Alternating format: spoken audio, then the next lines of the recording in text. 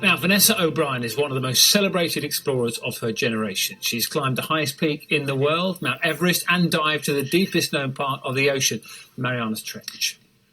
Where? Mariana's Sorry. Trench. Oh, sorry. I'm slightly confused by what you said there.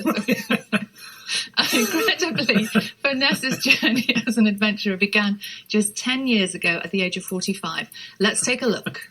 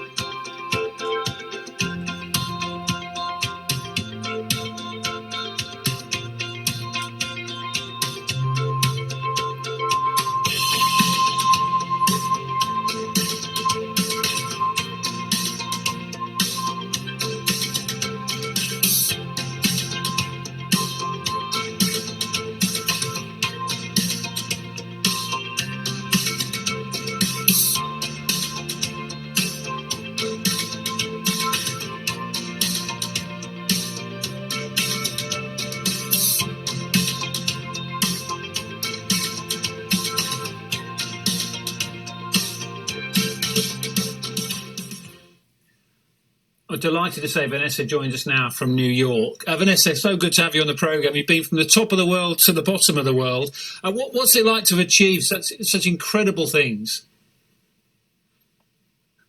Oh, well, it's amazing, actually, and partially amazing because that last half was done last year during the pandemic, which was really unusual. So I was really grateful to be able to do that because of all the lockdowns, and it made expeditions really hard. So being able to go to the Mariana Trench, or Challenger Deep, as the bottom is known, was a fantastic opportunity and an ability to really understand the oceans, unlike one would ever be able to do if they were watching it on telly. Vanessa, what made you decide to change your life in the way that you did and to explore and become an adventurer at the point in your life that you did? Yeah, well, that's a great segue for the book, which launches today. It's To the Greatest Heights. And really, there was a catalyst. The catalyst was a sort of a financial recession, a global recession around 2008, 9, 10. I was looking for something different to do. I needed a challenge. And as I was looking for something that was not financial services and something different, I looked at lots of different things. And then somebody said, how about Everest? And it was like stuck in my head, Everest. I knew it happened then in 1953 with Tenzing and Norgay, but it was happening now or then too.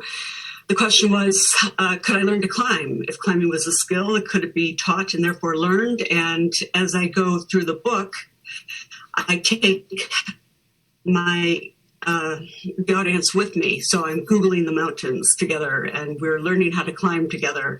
So whether you like this or don't like this, mountaineering becomes a metaphor, and you're just learning how to get outside of your comfort zone, which is kind of unique and unusual. And all the good and bad things that would happen as you go to different unique places with different teams, it all comes together. So it's a really beautiful story. You see the kindness of strangers in unique places, and then you see some complete jerks in some places. So it's got all the catalysts, right? Some good stuff and some bad stuff. Yeah, we've seen some amazing pictures as well from your various travels. And we should say, for anybody who's seeing your backdrop today, you're not actually in a tent. You've got a funky Zoom background on. But what's it like getting... That's just... guys.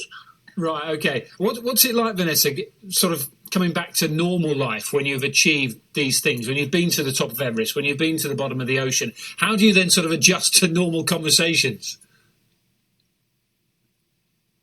You know what? It does take a transition depending on how long you're gone. There's one part in the book where I've been on a mountain for almost a year, and I come back and I'm sort of walking around and thinking, okay, well, nipping and dipping, and I think I was looking for a loo, and it was like if I was on a mountain, I would do something a little bit different than if I was walking around the city, and so it was like, whoops, I'm back in society. I can't do that. So, you have to transition and set your mind into different things than when you're sort of alone or with a small team living in nature, which is a very different experience. Vanessa, one of the things you've done is you've broken records. You've been the first woman to do various things, various achievements. It's like you are plotting your own route through the Earth's wonders at the moment. What is next for you? There's so many next, and what I really want to encourage people to do is not to think that everything's already been done. If you had that perspective, you would never go out and do anything. All these mountains were already climbed by the time I was born. So you can't really think there's nothing for me. There's a lot for every person because of climate change and the way the mountains are changing. There's always a purpose to go and something new to do. So by no means should anybody ever think it's over. There's always something new to do and go and see and discover. So that's the first point. There's always also new frontiers. I would never have thought Challenger Deep would have come along because there was no manned submersible that was capable of doing a dive more than once. In other words, the two that existed went one time, one way, and never again, 1960 and 2012, 52 years in between, and suddenly one failed. So I think if you can think about it, it can happen. And so something like space, we hear about it, it seems to be put off forever and ever. But the next time you think about it again, it'll be here in the next 5 years. So, human space travel in some form or fashion will become a reality. Okay, sounds exciting. And Vanessa, I know you've been inspired by people like David Attenborough. What's it like for you to be talking to us this morning, thinking there's a next generation of particularly young women who will be looking up to you and be inspired by your example? I think that's fantastic. That's really the whole reason to do it. I mean, as explorers, we're just individuals, so we can only do certain amount of things in our time here and the places that we're traveling, but the capacity for the youth that are out there to have the curiosity and to take on the next level, if you will, because the places that we go with boots on the ground, or even if we're over the sea, is a tremendous opportunity for people to be able to take samples and explore and do all sorts of interesting things. And that's really what I want to encourage people to do. There's apps these days. There's all sorts of technology that allow us to look and explore and take, pictures on our phones and identify these things. So I think it's wonderful that the world is changing the way it is. Technology is an enabler, and it'll help the future explorers as well. Lovely to talk to you, Vanessa. It sounds like you've got quite a few notifications to get back to as well. So we'll leave it there. See you later on. Thank you very much. Thank you so much. Lovely speaking. And you. And Vanessa O'Brien's memoir is called To the Greatest Heights, One Woman's Inspiring Journey to the Top of Everest and Beyond. That's it from us for today.